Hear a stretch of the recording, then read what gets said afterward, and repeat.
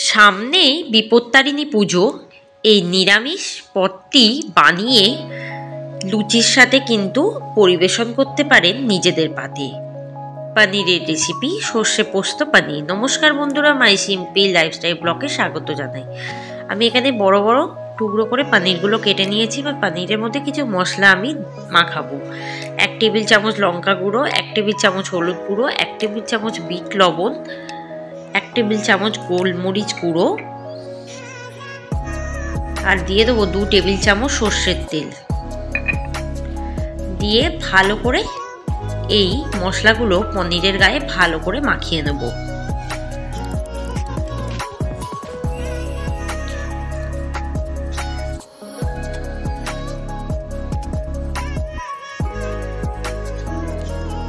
পনেরো মিনিট রেস্টে রেখে দেবো।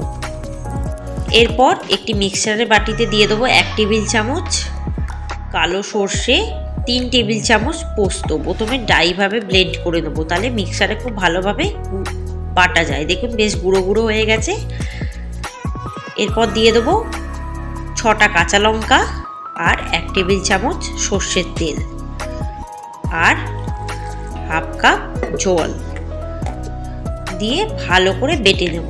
দেখুন বেশ মিহিভাবে সর্ষে পোস্ত বাটা হয়ে গেছে। এবার কড়াই দিয়ে দেবো হাফ কাপ সর্ষের তেল। তেলটা প্রথমে ভালো করে গরম করে নেব। তেলটা ভালো করে গরম হয়ে গেলে দিয়ে দেবো 1 চামচ নুন। নুনটা ভালো করে মিশিয়ে দেবো তেলের সাথে। এরপর দিয়ে দেবো ওই সর্ষে পোস্ত কাঁচা লঙ্কা বাটাটা, যেটা আমি এতক্ষণ ধরে বাটলাম সেটাই দিয়ে দেবো। দিয়ে একটু ভালো করে কষিয়ে নেব। এটা একটু ভালোভাবে কষানো হয়ে গেলে এরপর পনিরগুলো ঢেলে দেবো, যেটা আমি ম্যারিনেট করে রেখেছিলাম। দিয়ে এবার ভালো করে মশলার সাথে মিশিয়ে দেবো। হালকা করে নাড়তে থাকবো যাতে পনিরগুলো ভেঙে না যায়।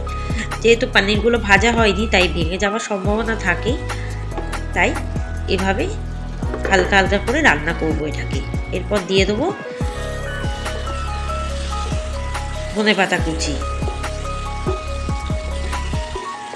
দিয়ে এটাকে ভালো করে কষিয়ে নেব। এরপর দিয়ে দেবো হাফ কাপ ওই মিক্সারের বাটির ধোয়া জল দিয়ে এবার হালকা আঁচে এটাকে রান্না হতে দেব।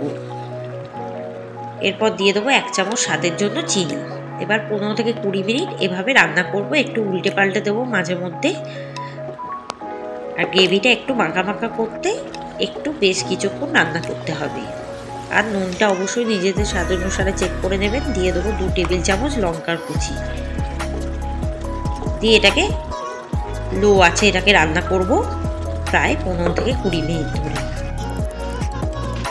দেখুন বেশ মাখা মাখা হয়ে গেছে।